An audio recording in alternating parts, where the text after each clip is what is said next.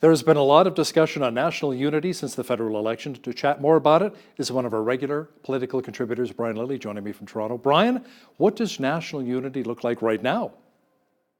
It looks like it's deeply divided. And, I was at the scrums, and you remember going to scrums after question period on Parliament Hill. Well, I was at the scrums at the Ontario legislature. And of course, Ontario Premier Doug Ford has been saying, it's really bad out there. It's really bad. I've never seen national unity or the country so divided. And people are saying, do you really believe that? Do you think that's true? Is this accurate? And yet, of course, we've got an Ipsos poll that shows 59% of Canadians across the country think that the country is more divided than ever. You've got 79% in Alberta saying that, 77% in Saskatchewan saying that. In fact, the only low ebbs are Ontario and Quebec, where Ontario it's 56%, Quebec it's 54%. So you've got people across the country saying that national unity is at an all-time low, that things are really bad, and you've got some politicians that just don't want to think this is accurate or real. And there's a strong possibility that some of these politicians, in particular the premiers, will be meeting in Toronto late this year to talk about it. Yeah, so this is a proposal that came from Ontario Premier Doug Ford. He had New Brunswick's Blaine Higgs drop by for what I dubbed the Timmy Summit, because when they told me about it and then released a couple of photographs at the meeting, it happened on a Sunday afternoon. The legislature's closed, so they just sent some staff out to the local Timmy's down the street, grabbed a couple of coffees, and they sat and they chatted. And during that meeting, they said, you know what, let's bring in Scott Moe. And they brought Scott Moe in on the line, and that developed into more of a conversation. Maybe there should be a meeting. Let's see if we can get together by the end of the year. Doug Ford offered Ontario, specifically Toronto, for a couple of reasons. One, it's much easier for everyone to get to Toronto than to pretty much anywhere else in the country, because all flights will eventually go through Pearson Airport north of the city. But secondly, as Ford's people have been telling me, it's a bit of neutral ground. Some people said, no, no, this is a national unity summit. We're divided because of Western alienation. Let's hold it in the West. Well, as you know, being in Lethbridge, Hal, emotions are high, tensions are high. And, they haven't made a decision at this point, as you and I are talking, but they have said, okay, we're fine with having a meeting, and they're open to the idea of Toronto, as I said, both for logistics and because it's neutral ground. You can bring in BC's John Horgan, who is opposed to pipelines. You can bring in Francois Legault, who's opposed to pipelines, along with Jason Kenney and Scott Moe, who are in favor, and try and just get everyone talking. Now, the strange part is that it's the premier's doing this and not the prime minister. And you would have thought after the election we just had, the prime minister might be more involved in this instead of doing what he's been doing. Now, Brian, you wrote that while Prime Minister Justin Trudeau was willing to break ethics codes on SNC-Lavalin to apparently save around 8 or 9,000 jobs, he didn't call Alberta Premier Jason Kenney when Encana announced that it was pulling its corporate headquarters out of Alberta into the United States? No, instead he flew off to Tofino, British Columbia to go surfing. He just flew right over Saskatchewan and Alberta, headed to Tofino. We know it's one of his favorite vacation spots, along with Whistler. And he was off surfing for a couple of days. He's back in Ottawa now, but that's where he was. And, when I talked to Jason Kenney's people late Friday afternoon, they still had not heard. The prime minister had not tweeted. I had asked for a comment, did not get one. I received an email back saying, we'll get to you soon. Apparently on Saturday, there was a statement from a staffer at some level, but, the PM wasn't tweeting about it. He wasn't making public comment.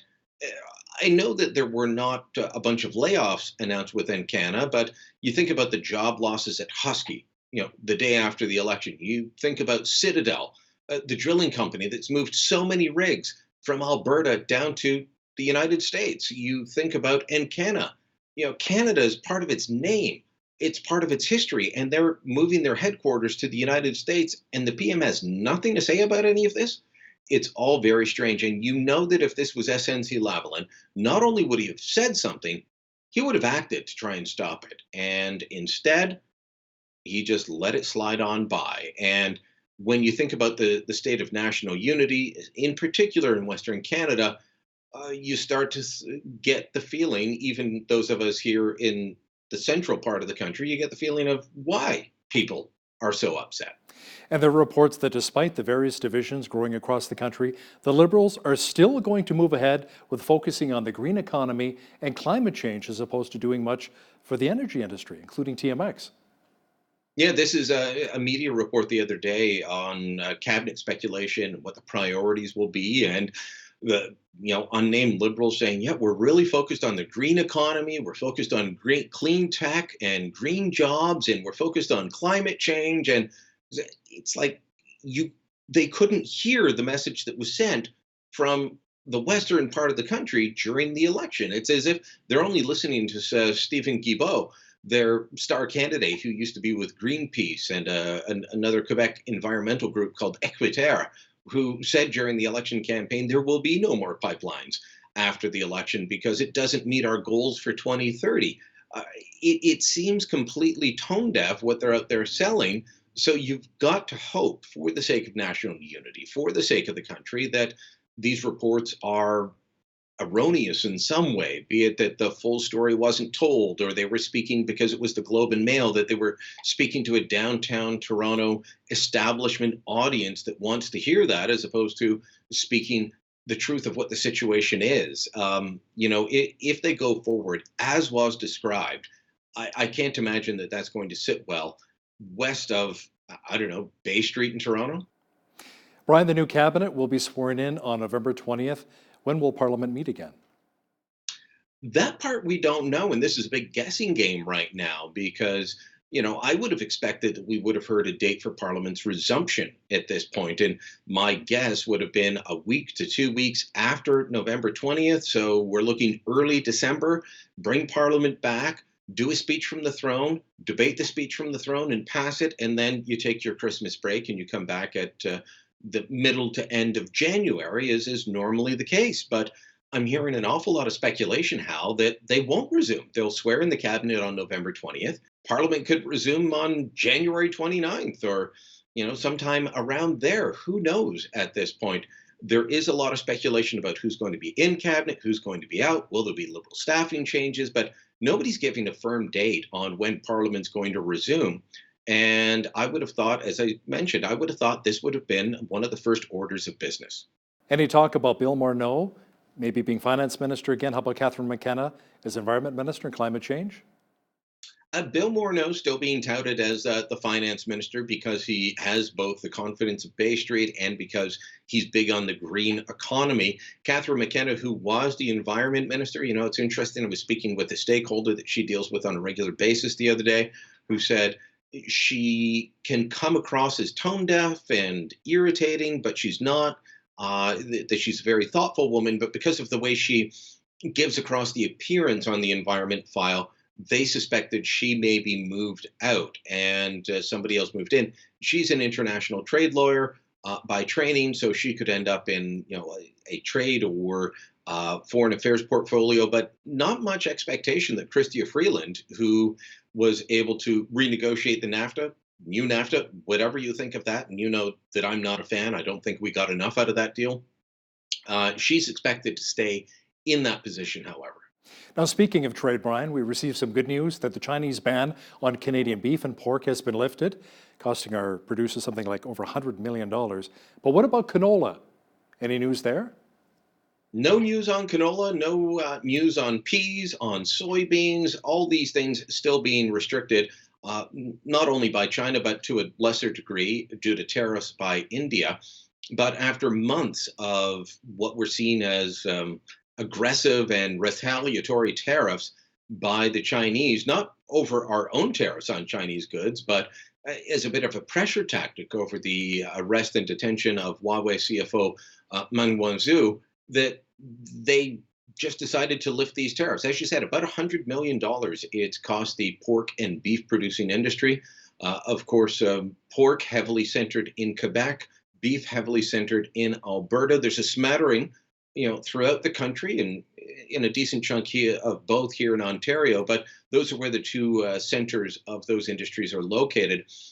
When you get into canola, you're mainly talking from about midway through Manitoba through to Alberta, and same with the soybean crop. So it's good news and bad news because a lot of producers still taking a beating over those crops. But as you know, on the prairies this season, bit of a wet start to the year, bit of an early show up to winter. Not all the crops made it into the ground to start the season, and not all of them came off at the end of the season. One of the big promises of both the Liberals and the NDP was the idea of a national pharmacare program. Now, the NDP wants a single payer system, yet you say examples exist here in Alberta and in Quebec that could show a cheaper and easier way to achieve the same goal? Yeah, cheaper in terms of government expenditure. Look, not everyone has access to a prescription drug program, and that's something that I think most Canadians would say, probably should be achieved in one form or another. Does it have to be a full national program? I'm not sure that the country's there yet, but the NDP is, and the Liberals were flirting with it by the end of the year. So, NDP leader Jagmeet Singh coming out and saying this is his priority, and he wants a single payer system. So he doesn't want patchwork. He wants it straight across the country. That's difficult because pharmacare, like the rest of healthcare, would be a provincial responsibility. But I started to look into it because I know here in Ontario, where I live, there are programs for people who are low income to be able to gain access to prescription drugs if they can't afford them. Apparently, not everyone takes availability or doesn't sign up for these, but they exist. And then I said, okay, what did the rest of the provinces have? And Manitoba, it's in Saskatchewan, it's needs based and income based. British Columbia has something like 9 different programs. But in Alberta, they've got systems where if you are low income, you're not paying for your drugs because you're on social assistance or you're unable to work. And if you are able to work, but you don't have a work plan, you can, through the government of Alberta, buy into group insurance through Alberta Blue Cross. Quebec actually goes one step further. And you would expect Quebec, everyone says how progressive they are, they're socialist, they're wonderful, we need to be just like Quebec. Quebec doesn't have the most socialist system. They said years ago, in law, they said you have to have prescription drug coverage one way or another. And so if you've got it through your employer or your professional association, let's say you're an engineer or a teacher, or through your union, then you have to sign up for that program. It's not optional. You have to sign up. And if you don't have it through work, then you have to buy into the provincial program.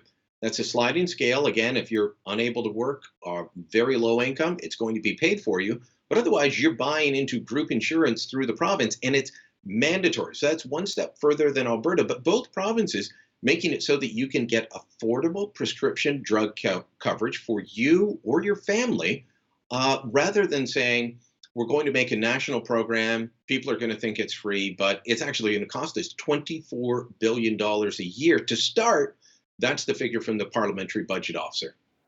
Now, another election promise was stronger gun control measures. Brian, you recently wrote about a man who was arrested on drunk driving charges. He pulled an illegal gun out of his waistband while in the back of a police cruiser, and this guy was subject to a lifetime ban on owning or possessing guns. How does this really connect to these gun control proposals? This is a guy who was, as you said, under a lifetime ban. He's 38. He was convicted in his 20s of violent gun crime charges. Uh, the court imposed a lifetime ban, and yet he's picked up down in the Esplanade area of Toronto. That's near Union Station and the Royal York Hotel, a couple of famous landmarks in the city. And he's just driving around completely out of it. Cops pull him over. The video of him in the back of the cruiser was leaked out, and you can tell he's completely out of it. Even as he wiggles to pull, he's like this with his hands behind his back in the handcuffs and pulling a handgun out of his waistband.